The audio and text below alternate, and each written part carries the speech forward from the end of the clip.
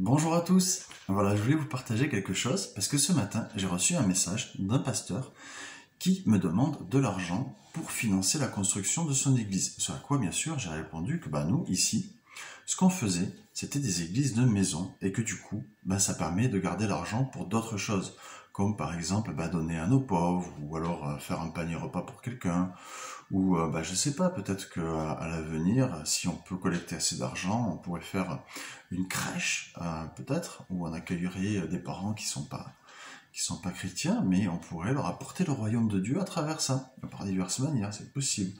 Ou d'autres choses, hein, voilà, on ne sait pas. Donc, ce qu'on peut faire avec cet argent, en fait, qu'on peut mettre de côté, ensemble, entre frères et sœurs, et puis décider en fin d'année de ce qu'on va faire avec. Mais pas construire un bâtiment. Et je lui dis, plutôt, vous pouvez vous réunir à 5, 10, 15, peut-être plus dans des maisons. C'est l'église. L'église, c'est pas un bâtiment. L'église, c'est être ensemble. Et puis, si c'est l'hiver, il fait froid, voilà, on est dans les maisons, peut-être un plus petit groupe. Peut-être s'il fait beau, on est dehors en plus grand groupe. L'important, c'est qu'il n'y en ait pas un qui soit toujours en train de prêcher, qui soit toujours en train de diriger, mais que ça soit tout le monde, en fait, qui puisse participer. Peu importe la taille du groupe, tant que tout le monde peut apporter quelque chose. Si, par exemple, le groupe est tellement grand que il y a des personnes qui peuvent pas apporter leur contribution, qui peuvent pas apporter leur pierre à l'édifice, parce que ça c'est biblique, si quelqu'un a une parole, si quelqu'un a un chant, voilà, qu'il l'apporte. Mais si on est tellement nombreux que on peut pas, alors là, il commence à y avoir un problème et il va y en avoir quelques-uns qui vont prendre le dessus sur les autres et qui vont commencer à diriger. Et donc je lui dis aussi, il faut aussi abandonner votre ministère pastoral, il faut le remettre à Dieu, parce que là, ça, pour moi, c'est pas biblique. Ça, je vous renvoie vers ma vidéo Le ministère de berger, que vous pouvez voir. Il y a aussi, j'ai vu quelqu'un d'autre qui avait fait, avant moi, une vidéo sur ce thème. C'était amusant parce que j'ai fait ça là, et puis j'ai dit, c'est quelqu'un qui l'avait déjà fait, et c'était vraiment super aussi, je pense. J'ai pas écouté jusqu'au bout, mais parce que c'était un peu long, mais j'ai trouvé que c'était pas mal. Et en fait, ça correspond aussi à ce que mon formateur m'a enseigné, mais je ne suis pas contenté d'écouter mon formateur, et j'ai aussi fait mes propres recherches, comme aujourd'hui. Je vais vous livrer quelques recherches effectivement en plus, parce que je lui ai dit à ce monsieur, j'ai dit, écoutez, votre ministère pastoral, il est calé sur le ministère, enfin sur la façon de faire des prêtres catholiques. Les catholiques, ils font exactement comme ça. C'est un gars qui est devant et qui dirige, en fait, qui dirige. Et en fait, Luther, des gens comme Luther ou des gens comme je n'ai pas d'autre, Calvin, oui c'est ça, eh bien en fait ils nous ont pas sortis du catholicisme. Non, ils nous ont pas sortis du catholicisme, ils l'ont adapté, un petit peu réadapté à leur sauce, hein. Voilà. Alors, par exemple, quand on prend la Bible Louis II, si on prend Hébreux 3.17, Hébreux 3.17, eh ben on se retrouve avec un verset qui nous dit « Obéissez à vos conducteurs ». Et puis dans ce chapitre, c'est bien insisté sur le mot conducteur et puis obéir, hein.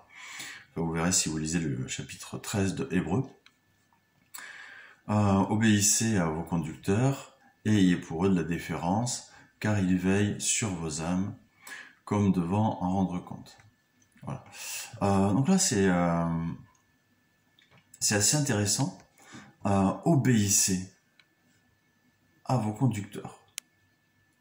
Donc il y a quelqu'un qui conduit, c'est le boss, et il faut lui obéir. Ok. On peut prendre simplement comme ça en disant c'est la parole de Dieu. Mais on peut. Mais on peut aussi analyser. Qu'est-ce qui est dit du verbe obéissez? Alors, obéissez, si on va dans la Bible Strong, je vous épargne mon accent sur les mots grecs, donc je vais juste vous l'épeler, P-E-I-T-H-O, voilà. Et encore, c'est la façon dont il est censé se prononcer, parce que bon, il s'écrit pas comme ça, hein. des lettres bizarres, hein, le grec. Et donc, en vrai,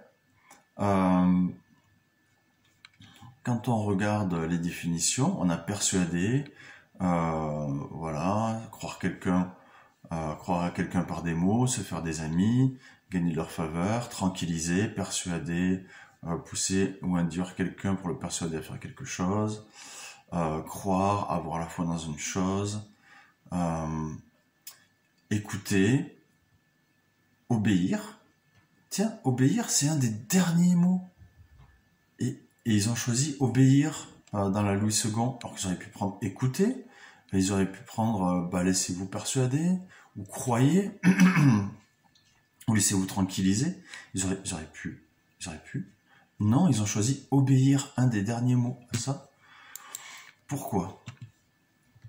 Est-ce que c'est pas qu'on veut nous faire rentrer dans un moule qui est déjà connu? Parce que c'est vrai que revenir aux bases de la foi, comme c'était dans les actes, comme dans l'église primitive, où chacun apportait quelque chose, était une pierre à l'édifice, c'est peut-être un peu compliqué, ça fait peur, on préfère rester dans du domaine du connu, hein, même si c'est une déviation de l'église, puisque au départ, les premières églises, elles fonctionnaient d'une façon, et puis en l'an 300, avec Constantin, donc 300 ans après, elles se sont développées d'une autre manière, pendant 1500, qu'est-ce que je dis, pendant 1700 ans, hein, un petit peu plus, et donc maintenant c'est difficile de revenir aux bases. On préfère rester dans ce qu'on a connu, même si c'est une torsion de ce qui devrait être, quoi. Et puis conducteur, alors ça aussi c'est intéressant. Si on prend le mot conducteur, alors voilà, bon, le problème, mon ordinateur rame un petit peu pour avoir la fiche complète. Voilà, donc là le mot H-E-G-E-O-M-A-I.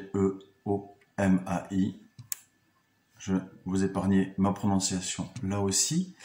Alors là par contre ils ont pris le premier sens, mener, conduire, aller devant. Ils auraient pu prendre être un chef aussi, bon, diriger, commander, il y en a qui l'ont pris, avoir l'autorité. Ils auraient pu prendre aussi porte-parole. Ben oui, ils auraient pu prendre porte-parole. Alors là, c'est amusant parce que dans le premier mot, obéissez, ils ont pris donc une des dernières traductions. Et par contre, ils n'ont pas fait la même chose ici. Pourquoi? Ben parce que ça correspond à la définition catholique. Excusez-moi, j'ai un petit chat dans la gorge, ou un gros. Et donc, ils ont pris ça parce que ça correspond à la définition catholique. D'avoir quelqu'un, donc romaine en fait, hein, de l'armée romaine, d'avoir quelqu'un qui dirige, et puis les autres sont en rang d'union devant, puis c'est assis, debout, couché, assis, debout, couché. Voilà. On chante pas, on prend la Sainte Seine, on la prend pas, voilà. Et maintenant on prie, et maintenant on prie pas, et maintenant rentrez chez vous. Allez. Et puis à dimanche. Voilà comment ça fonctionne. Alors, moi j'ai dit ça à ce monsieur que il peut plutôt revenir à ce que c'était à la base, et puis abandonner son ministère pastoral à Dieu, revenir à quelque chose de plus biblique, pardon. Et voilà, donc moi c'était une pensée que je voulais vous partager aujourd'hui. Comme quoi, parce qu'il y a beaucoup de gens qui pensent, même qui m'ont dit, quand avec ma femme, nous avons eu cette vision, que nous l'avons reçue et que nous l'avons adoptée, qu'on s'est même senti appelé dedans, hein, en fait, à faire l'église à la maison, mais pas juste chez nous, voilà, à trouver d'autres personnes avec qui le faire, des personnes qui sont pas d'arrière-plan chrétien, parce qu'il ne s'agit pas d'aller chercher des personnes dans des églises et puis de faire autre chose avec eux, mais vraiment de faire une véritable œuvre d'évangélisation et de faire quelque chose qui va se multiplier et qui a un sens dans le royaume de Dieu, de retrouver ce qui était avant. Parce qu'effectivement, c'est très difficile aussi, même s'il y a des chrétiens qui généralement, oui, c'est vrai, il y a beaucoup de chrétiens qui sont déçus des églises traditionnelles et qui veulent faire l'église à la maison, mais c'est fait pour un mauvais motif, quand c'est de la rébellion. Quand c'est de la rébellion et que c'est... voilà, après ils vont reproduire, à la rigueur même, ce qu'ils ont vécu avant. C'est-à-dire qu'il va y avoir quelqu'un qui prêche, ou peut-être s'autoproclamer pasteur, ou quelque chose comme ça. On essaie de retrouver le sens biblique des choses. C'est pour ça que, comme je vous le disais, je vous invite à aller voir ma vidéo sur le ministère de berger pour bien comprendre cette pensée-là. Donc cherchez, quand vous lisez un texte, quand il y a quelque chose qui vous titille, allez chercher. Aujourd'hui c'est super, il y a des choses comme la Bible Strong en ligne qui permettent de retrouver le sens vraiment des mots. Ça c'est assez top. Et donc oui, voilà, il y a pas mal de personnes qui m'ont dit, mais c'est pas l'Église, c'est biblique, parce qu'ils ont du mal à imaginer que l'Église c'est autre chose que ce qu'ils vivent. L'Église, c'est pas un bâtiment. L'Église, c'est être ensemble. C'est être quelque chose qui vit dans le monde. On n'est pas du monde, mais on est dans le monde. On n'est pas dans un endroit où on va se rassembler juste entre nous le dimanche matin. Ça doit pas être ça. Ça peut plus être ça, parce que sinon, les âmes de ceux qui se perdent resteront perdus. Il faut aller les chercher et puis faire l'Église avec eux, chez eux, avec leurs amis, avec leur famille. C'est ça la vie de Jésus. En tout cas, de ce qu'il veut pour nous aujourd'hui, j'en suis persuadé. En tout cas, je vous souhaite une belle journée bénie. Et puis, que l'amour de Dieu vous accompagne, l'amour de Papa vous accompagne, et que vous puissiez le partager, et que vous soyez une bénédiction conduite par son Esprit Saint, partout où vous allez. Bonne journée!